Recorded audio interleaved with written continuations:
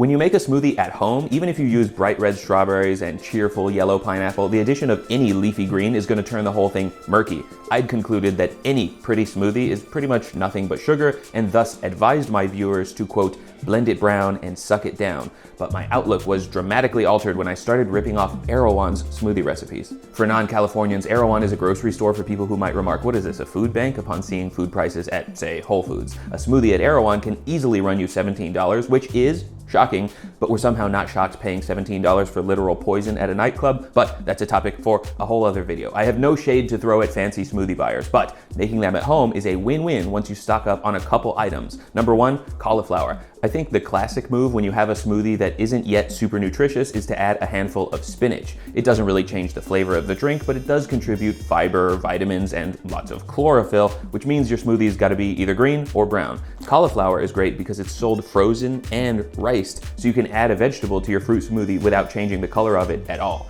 The texture does change pretty significantly, so if you don't have a straw thick enough to handle a borderline pasty smoothie, you'll definitely want to add more liquid than usual. If you're really turned off by cauliflower, try using unflavored whey protein or collagen peptides as a way to impart nutrition without adding color or flavor. Next is coconut cream, and grocery stores have really bungled the naming convention of coconut products, so I've got to take a second to explain. This is sold as coconut milk, but it's not what I'm talking about.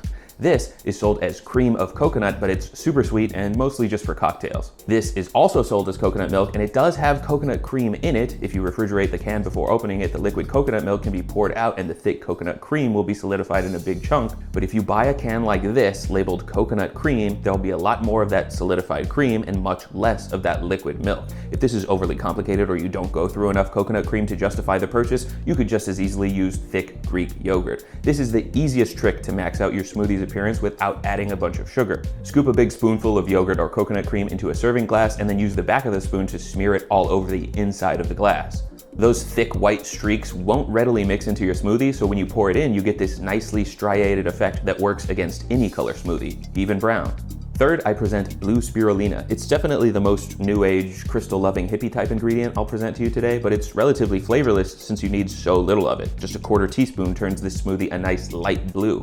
The yellow pineapple and green avocado help since they're relatively close to blue on the color wheel. If you combine that coconut cream trick I just showed you with flecks of blue spirulina, you'll get streaks of white, light blue, and royal blue to make this beautiful blue sky pastiche. It tastes like almond and vanilla layered over base notes of pina colada, and I've made it at least twice a week since I learned how.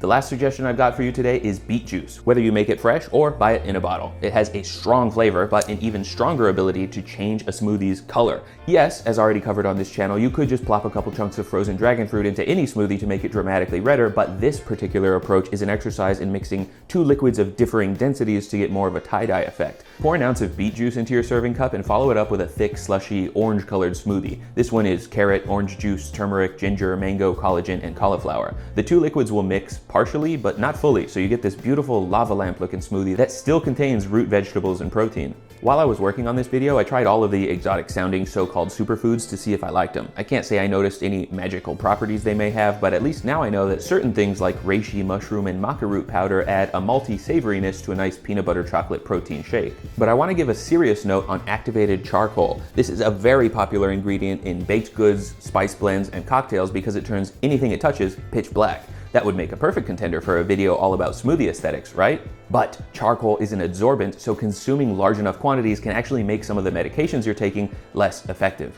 Imagine getting knocked up just because a pretty margarita neutralized your birth control. The whole talk to your doctor before making changes to your diet disclaimer has been thrown at us so many times that it comes off as white noise, but please, if you're gonna drastically increase your intake of ashwagandha, cordyceps, or any supplements you'd previously never heard of, you really should talk to a professional first.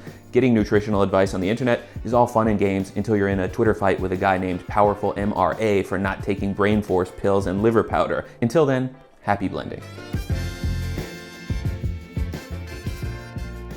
Scribd has paid to be mentioned at the end of this video. Scribd gives you access to millions of ebooks, audiobooks, magazines, podcasts, and more, all in one place for one price. I have my headphones on all the time since I like to listen to something interesting while doing repetitive work like cleaning or pottery, but when I'm all caught up on podcasts and shopping around for audiobooks, I can often get stressed out about which one to buy since Other audio platforms make me manage an ever-changing but limited number of credits. Just last week, I was able to listen to a very short audiobook that I've been meaning to get for months, and it was nice to not worry about whether or not downloading such a short book would be a waste of a full credit. With Scribd, you pay one price per month and get access to their whole library instantly. There's no complicated credit system or upselling you with add-on costs. They've got one monthly subscription for full access, even from different devices. Make the most out of your screen time with Scribd. You can get a 2-month trial for only 99 cents at try.scribd.com/netshack. That's 2 whole months to test drive the self-proclaimed world's most fascinating library for less than $1. Just go to try.scribd.com/netshack.